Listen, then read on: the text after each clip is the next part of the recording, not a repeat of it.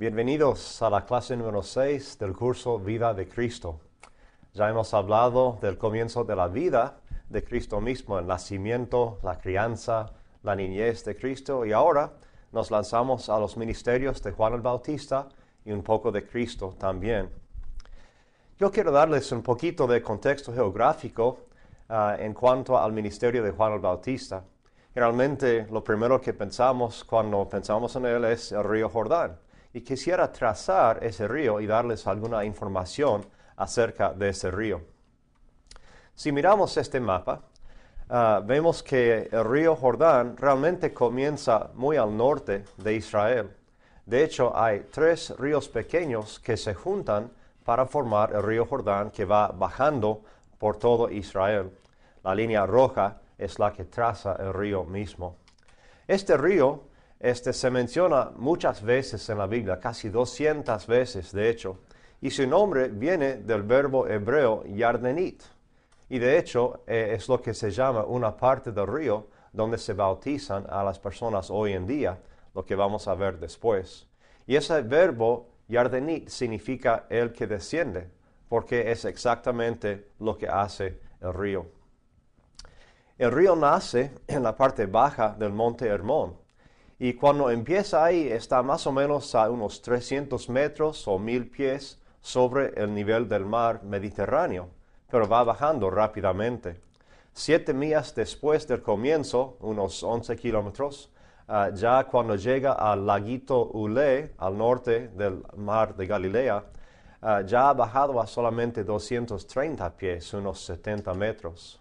10 millas después ha bajado ya al mar de Galilea y ya está debajo del nivel del mar Mediterráneo, como 200 metros y pico debajo del nivel del mar Mediterráneo. Increíble cómo baja. Después sale del mar de Galilea y va pasando por el resto del país de Israel.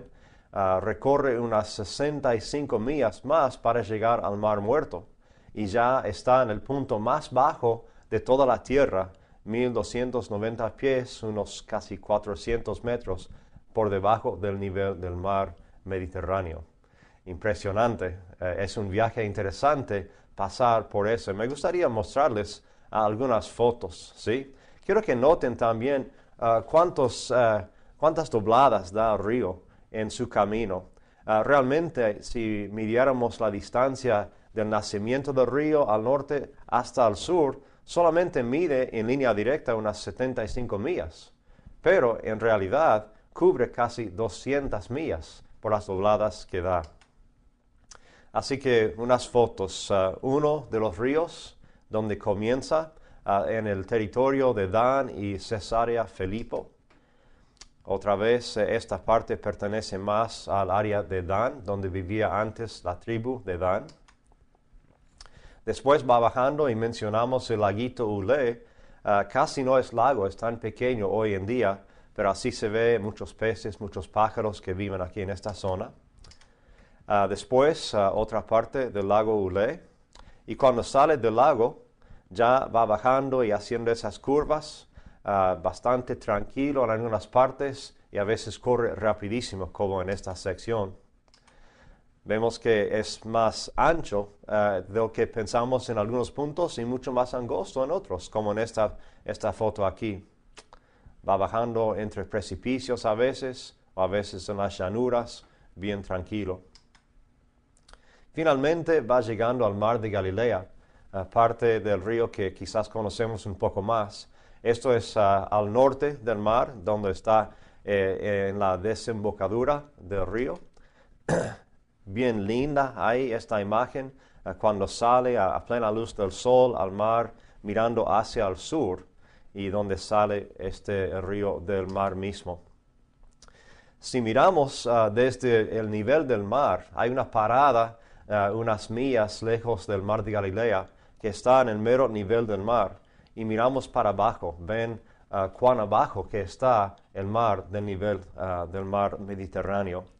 Y este mar se llama varias cosas, el mar de Galilea, porque está en esa región, mar de Tiberias, porque hay una ciudad importante desde los tiempos de Cristo que se llama Tiberias, hecho en honor del emperador.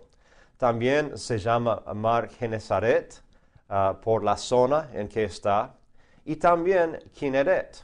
Y Kinneret es la palabra hebreo para arpa, porque el mar tiene la forma de un arpa cuando lo mira en el mapa. Así que ha llevado varios nombres hasta hoy en día, pero es el mismo lindo lago que vemos aquí. Después, cuando sale del mar de Galilea, va al área de bautismo que se llama Yardenit. Bien tranquilo, ustedes ven en el trasfondo ahí, donde baja la gente por las escaleras y después son bautizados ahí. Otra foto lindo, se ve un poco más de cerca. La gente se queda dentro de esa cerca y hay varios que bautizan. Esta vez pasada tuve el privilegio de bautizar a algunas personas en el río mismo y todo lindo, bien tranquilo, unos imaginándose en el lugar quizás de Jesús que estaba por esta zona, Juan el Bautista que estaba por esta zona, quizás no aquí donde bautizaban, eso fue más al sur, pero interesante igual. Y lo que me acuerdo, una cosita, es que cuando estaba ahí bautizando a la gente en el río, el agua bien placentera, todo lindo, pero de repente cuando estaba diciendo las palabras, te bautizo en el nombre del Padre, del Hijo, del Espíritu Santo, empiezo a sentir algo aquí en mis pies y mis piernas, y eran pececitos como de 2 o 3 pulgadas que estaban como picándome casi, comiendo los pies, los dedos gordos y todo. Me sorprendía. Es un bautismo interesante, nunca me pasaba antes en el bautisterio, pero bien interesante. Después, saliendo de esa zona tranquila, va más hacia el sur y ven otra vez las curvas grandes que da aquí en el valle donde recorre hacia el sur. Ven aquí que es otra sección siguiendo. Otra más cruza por el valle de Yarmuk, donde salía Jacob cuando él cruzaba el río y venía a la tierra de Israel. Él cruzó por este valle también. Y vemos que el río está siguiendo la ruptura del Jordán desde el oeste, vemos aquí. Ahora, también la Biblia menciona 3 lugares posibles donde bautizaba Juan. En Juan 1:28, por ejemplo, menciona Betania, pasando el Jordán, o el otro nombre es Betabara.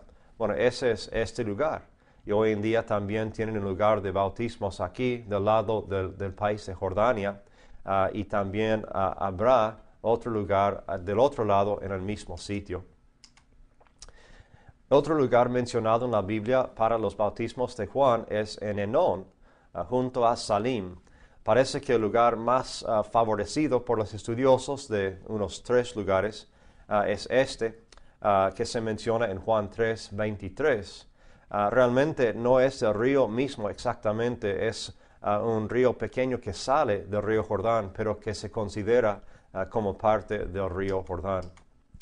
Y después finalmente, pasando al sur, pasando Jericó, después llega al Mar Muerto y ahí muere literalmente todo.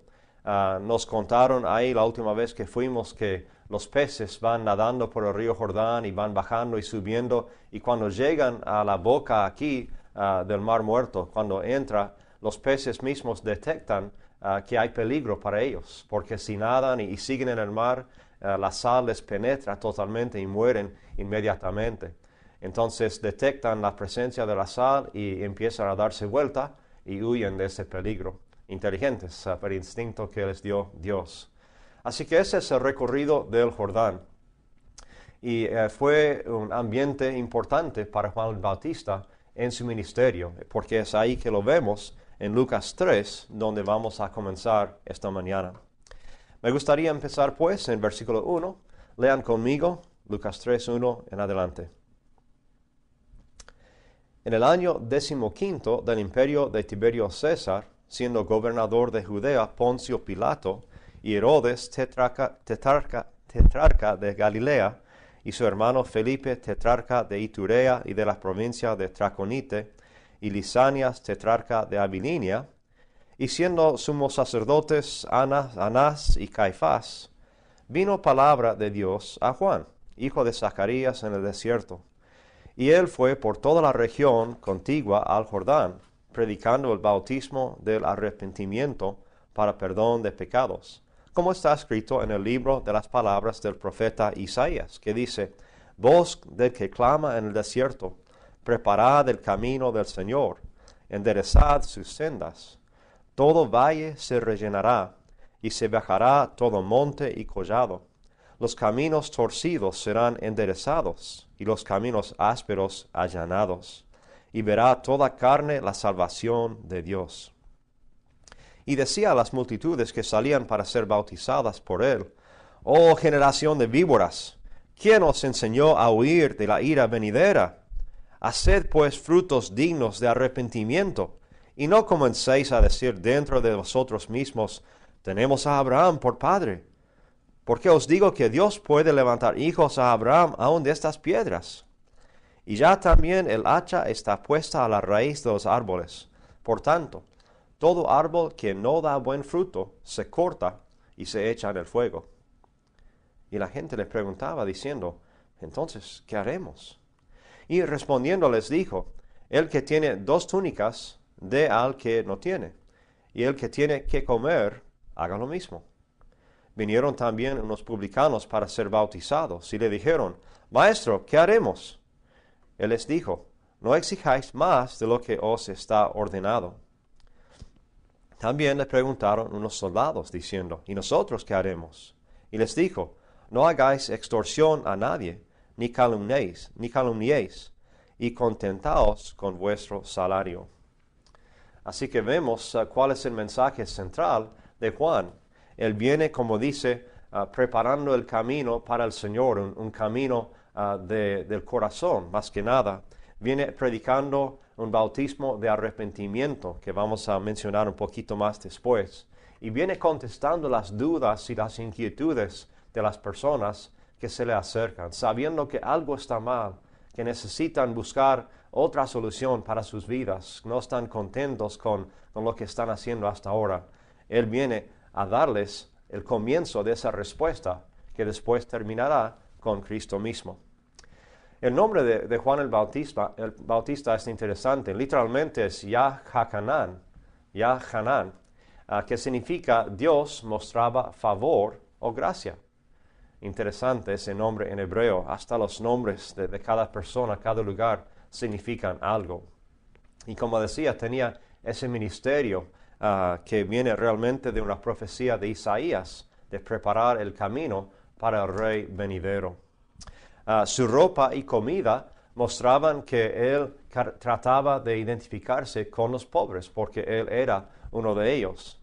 Vemos que era una vida bastante dura. Él pasaba mucho tiempo en el desierto, en lugares solitarios.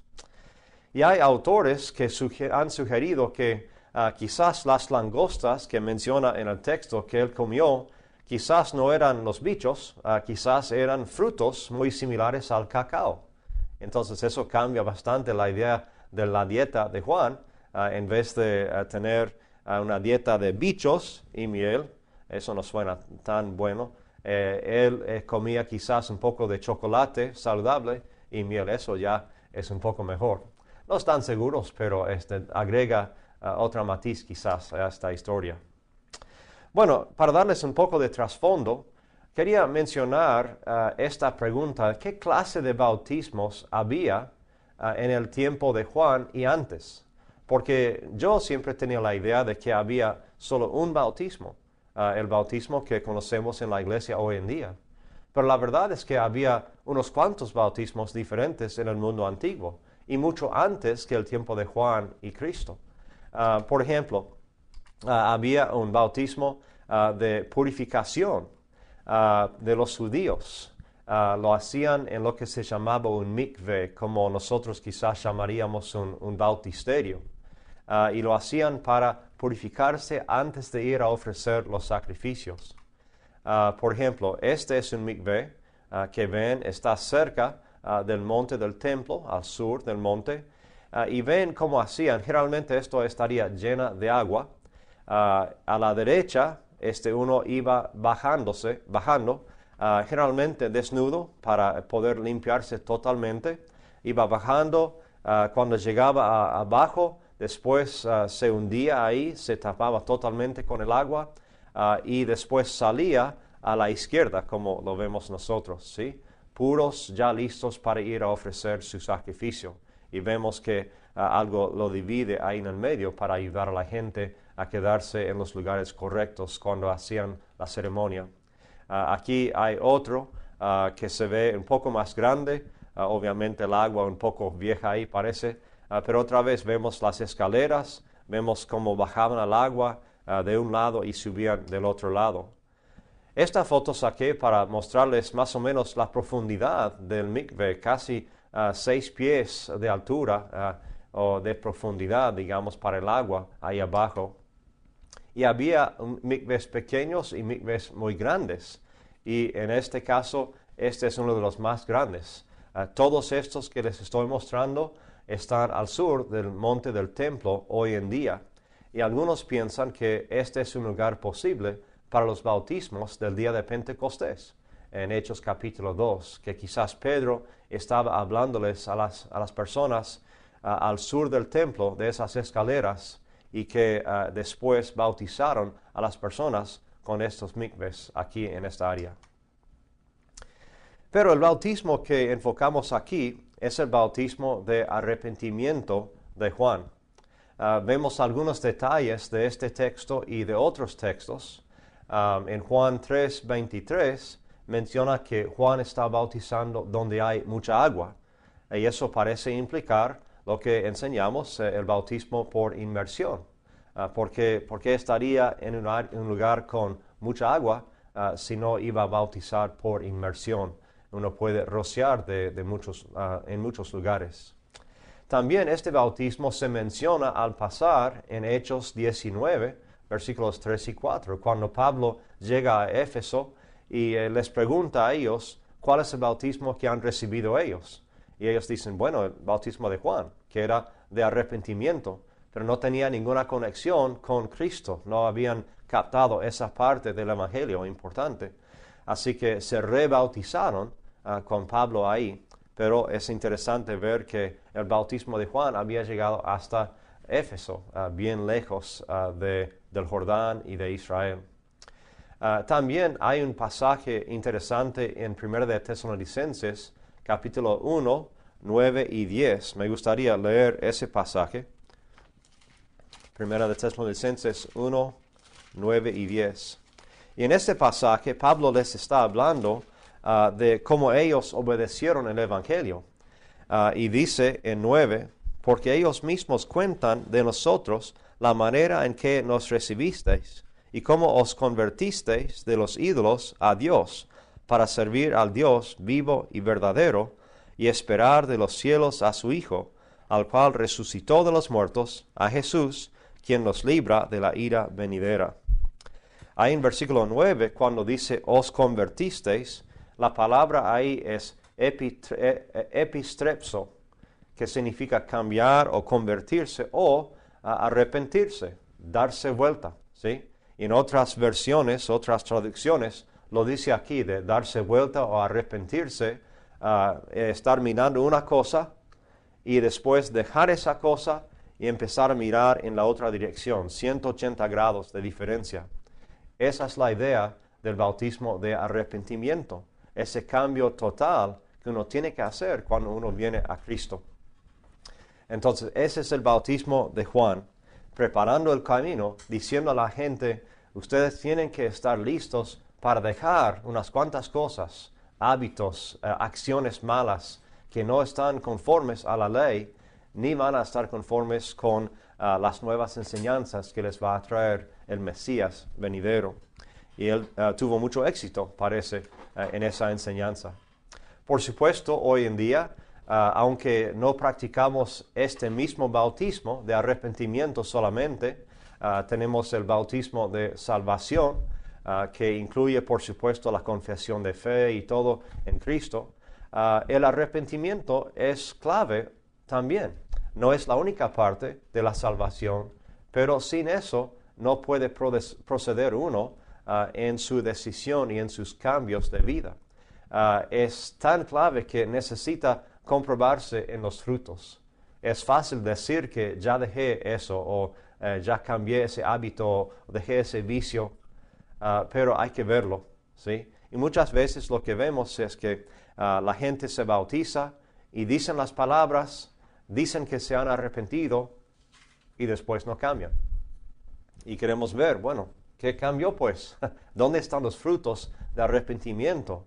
Si realmente se arrepintieran, pues podríamos ver esos cambios en sus vidas. Y eso a veces nos hace sospechar si la persona ha cambiado o no. Claro que nunca somos el juez de nadie, porque Dios es el que conoce los corazones de las personas. Pero es importante para todos nosotros mostrar esos frutos, como menciona Cristo en Mateo capítulo 7. Yo me acuerdo, hablando aquí de bautismos, hay un par de historias un poco graciosas que me han contado mis amigos en el ministerio. Había una historia una vez de un ministro que estaba en una iglesia en su oficina estudiando para el sermón y llegaron dos personas al edificio, un padre y su hijo. Y el hijo quería bautizarse y el padre iba a hacerlo, pero no sabía cómo hacerlo. Entonces le pregunta al predicador, bueno, entonces, ¿cómo es el proceso? ¿Qué se dice? ¿Qué se hace? ¿Cómo se entra? Todo eso era como un misterio para él. Entonces el predicador le lleva y dice, bueno, tomas la confesión de fe y él declara su fe en Jesucristo. Y después en el agua lo bautizas y dices, te bautizo en el nombre del Padre, del Hijo, del Espíritu Santo, para que recibas el perdón de tus pecados y el don del Espíritu Santo, ¿sí? Entonces ya todo claro, el padre dice, ok, está bien. Entonces bajan el agua, le toma la confesión el padre y después lo agarra a su hijo amado y lo pone debajo del agua y dice, te bautizo en el nombre del Padre, del Hijo, del Espíritu Santo, todavía debajo del agua, para que recibas el perdón de los pecados y el don del Espíritu Santo. Y finalmente lo saca del agua y el niño sale disparándose del agua pensando, wow, pensé que la muerte para Cristo no iba a ser hasta después, no pensé que iba a comenzar ahora. Bien sorprendido ese hijo, pero se bautizó, estaba bien, ya tienen buena historia para contar. Y otra historia que había escuchado una vez de una iglesia donde prestaron el bautisterio a alguien que iba a bautizar a unas personas y no sabían que había una falla en el sistema, que había un sistema que calentaba el agua y que por falta de uso por un tiempo había un cablecito que se había soltado y se metió en el agua, ¿sí? Entonces todavía el cablecito tenía corriente. La gente se acerca pues y empiezan a meterse con la primera persona y él se mete el dedo gordo en el agua y recibe un shock, así, no muy grande, pero algo de un shock y dice, wow, he escuchado historias de cómo se sentía la gente cuando se bautizaba, que el Espíritu Santo les entró, que era como electricidad, pero no pensé que iba a comenzar así nomás. Otra sorpresa más, ¿sí? Y hay unas cuantas más, me imagino que ustedes han escuchado otras historias de otros bautismos. Es un momento tan importante. Todos que nos hemos bautizado recordamos ese momento cuando recibimos por primera vez a Cristo y entramos en el reino de Dios. Esa sensación de gozo, de placer, de estar satisfechos y contentos. Momento importantísimo. Y eso es lo que Juan empezó a abrir para Cristo. Empezó a abrir ese camino, empezó a predicar del reino de Dios y finalmente destacó a Cristo, o sea, les señaló a Cristo a la gente para que ellos pudieran seguirlo a Él. Y la actitud de Juan que muestra después en capítulo 3, cuando sus discípulos están un poco preocupados diciendo, pero Juan, hay otra persona ahí que está enseñando y sus discípulos están bautizando a muchas personas y toda la gente le está siguiendo a él. Preocupados, pensando, estamos perdiendo nuestro ministerio. Y Juan dice, no, debe ser así. Por eso vine, para prepararle el camino. Y él debe aumentar y yo debo disminuir. Y así debe ser la actitud de nosotros. ¿Cómo estamos compartiendo el mensaje de Cristo? ¿Estamos tratando de enfocar la luz de todos aquí en nosotros? ¿Llamarse la atención a nosotros? ¿O estamos tratando de poner el enfoque en Cristo para que la gente lo conozca a Él, para que la gente vaya a Él para ser cambiados?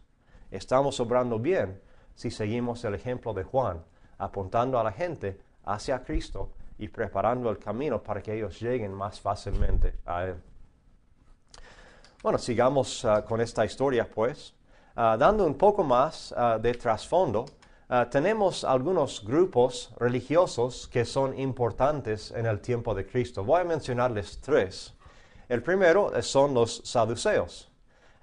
Ellos comenzaron alrededor de 400 años antes de Cristo. Y ese nombre, saduceos, se traducía los justos.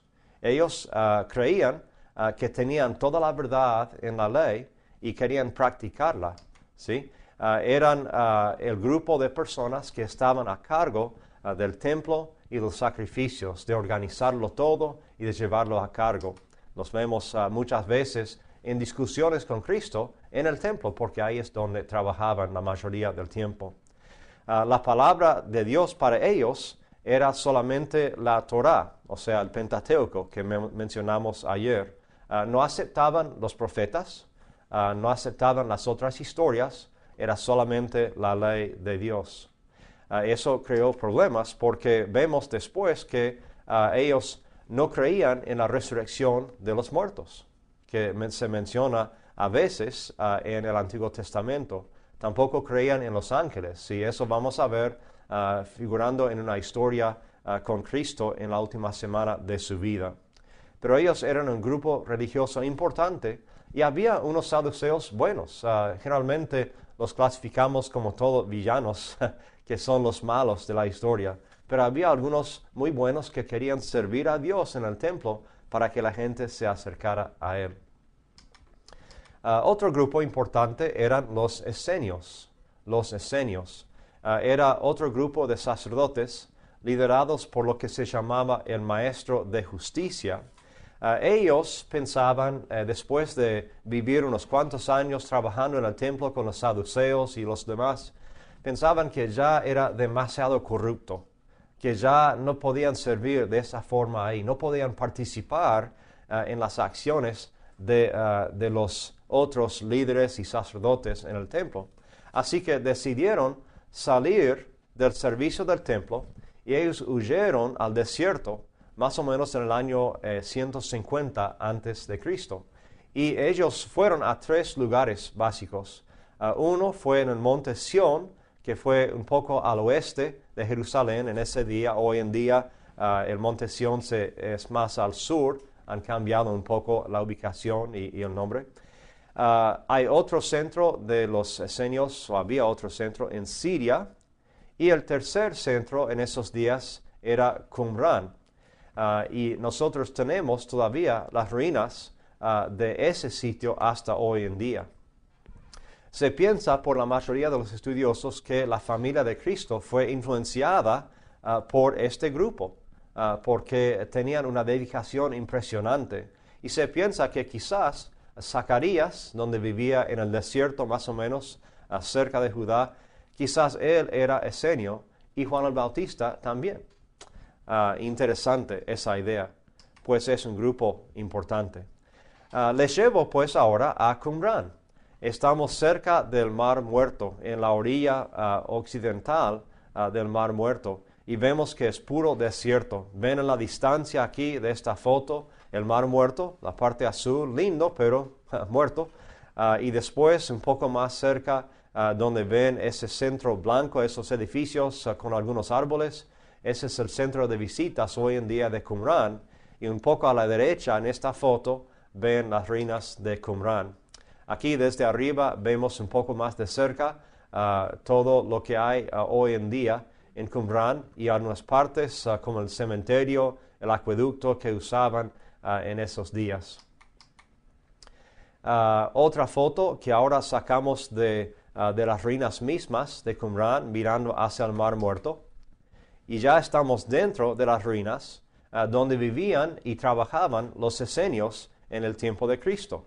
La zona en el medio, la habitación rectangular, es quizás el cuarto más importante, era el scriptorium, ¿sí? Donde los esenios se sentaban durante el día y por horas y horas copiaban los textos del Antiguo Testamento para preservarlos para el futuro. Ahora hemos bajado un poco de la foto anterior y estamos ya parados dentro de ese lugar. No es muy grande, pero aquí es donde hicieron ese trabajo tan importante. Aquí vemos también que con su énfasis en la pureza, querían mantenerse puros en los sacrificios y los ritos también. Aquí vemos una serie de mikveh que tenían allá.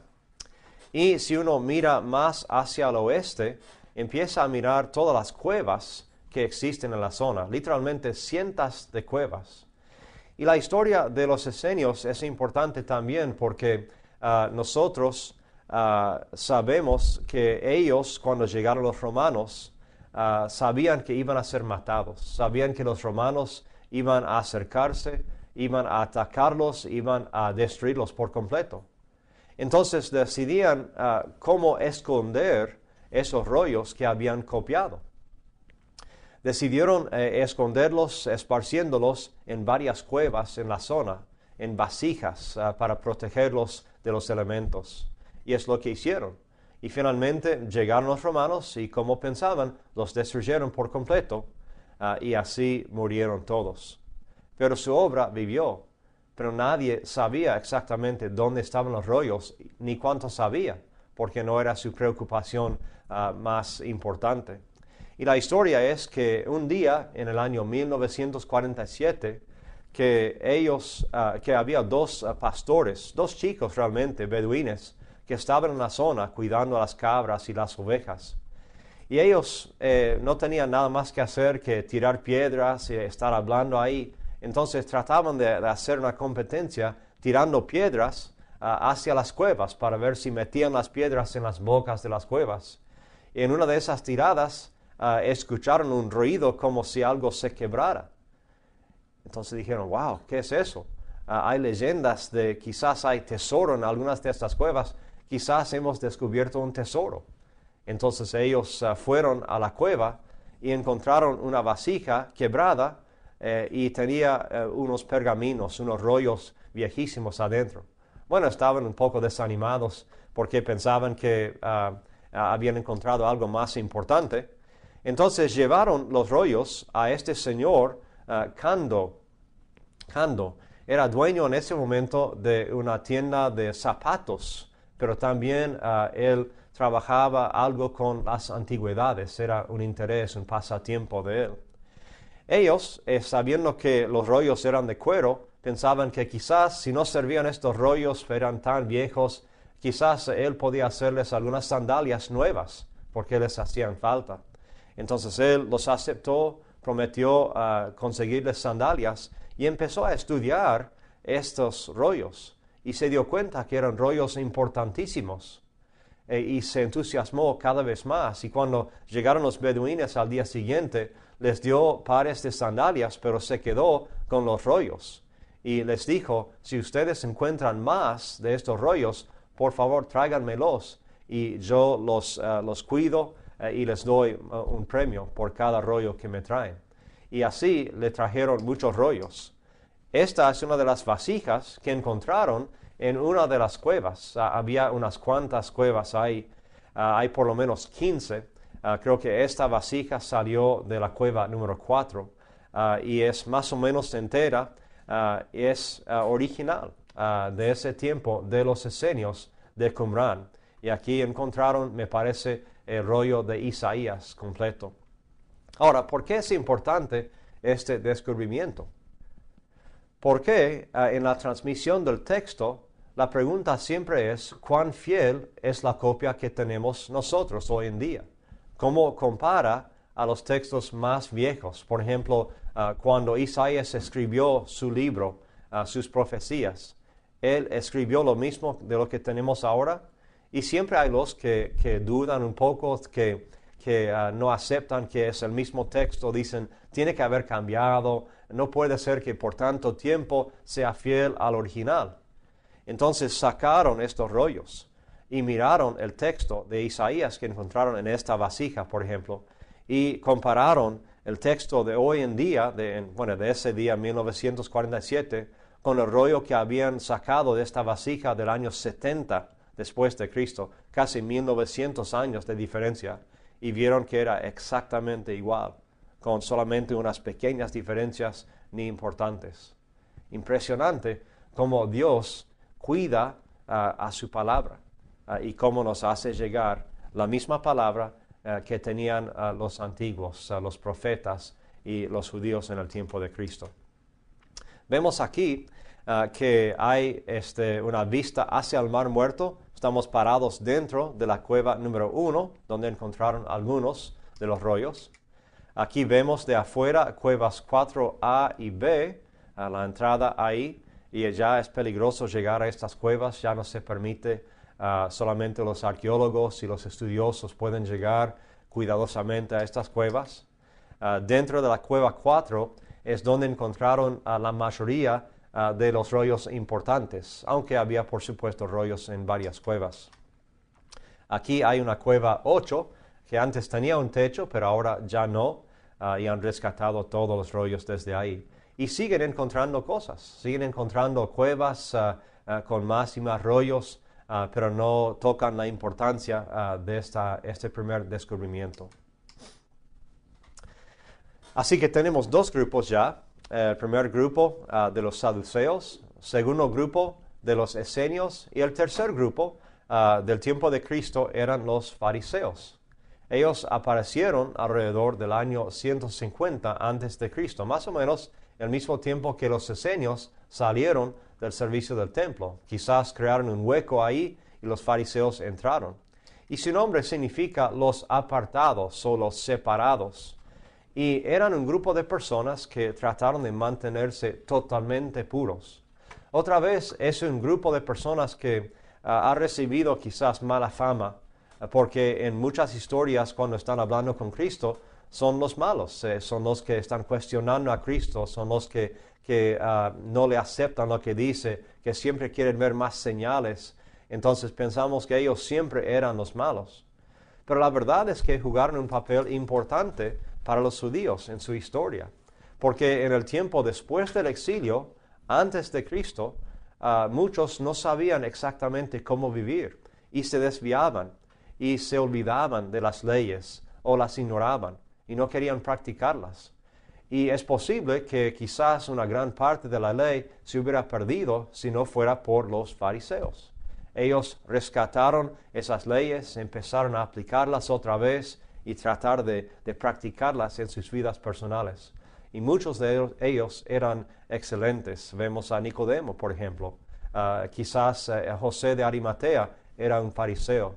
Gamaliel, otro muy bueno. Vemos unos excelentes ejemplos de hombres que trataban de seguir a Dios de buen corazón. Y así comenzó este grupo. Ellos querían vivir sin contaminarse por el mundo, ni por los caminos del mundo, tratando de seguir la Torá de Dios totalmente. Así que ya tenemos un poco más del trasfondo del tiempo de Cristo, cuáles eran los grupos religiosos importantes. Ahora volveremos a Lucas, seguimos un poco con la historia de Juan el Bautista y vamos a ver qué le pasó al final. En versículo 15 de Lucas 3 seguimos leyendo. Como el pueblo estaba en expectativa, preguntándose todos en sus corazones si acaso Juan sería el Cristo, respondió Juan, diciendo a todos, yo a la verdad os bautizo en agua, pero viene uno más poderoso que yo, de quien yo no soy digno de desatar la correa de su calzado. Él os bautizará en Espíritu Santo y fuego. Su aventador está en su mano, y limpiará su era, y recogerá el trigo en su granero, y quemará la paja en fuego que nunca se apagará. Otra vez, hablando de la llegada de Cristo. Y es interesante comparar lo que dice aquí Lucas con lo que dice Juan en capítulo 1. Si vemos a ese pasaje y empezamos en 24, Juan dice esto del mismo Juan el Bautista. Y los que habían sido enviados eran de los fariseos. Y le preguntaron y le dijeron a Juan el Bautista, ¿por qué pues bautizas si tú no eres el Cristo, ni Elías, ni el profeta?